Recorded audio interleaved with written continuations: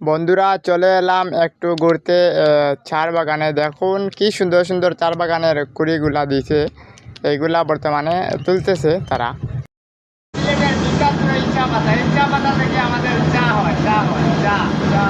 এই চার বাগানের দৃশ্যগুলা অনেক অনেক চমৎকার। আপনারা এই মুহূর্তে স্ক্রিনে দেখতে পারছেন, অনেক সুন্দর এই জায়গাটি। আসসালামু আলাইকুম সবাইকে। আমাদের সিলেটের সবচাইতে বিখ্যাত জিনিসটা হলো চা, আর সেই প্রেক্ষিতে আমরা চলে এলাম হাফিজ চা বাগানে। আর এই হাফিজ চা বাগানটি কোন জায়গায় পড়ছে? এটা পড়ছে বড়লেখা উপজেলার শাহবাজপুর ইউনিয়নের শাহবাজপুর ইউনিয়নের ভিতরে পড়ছে।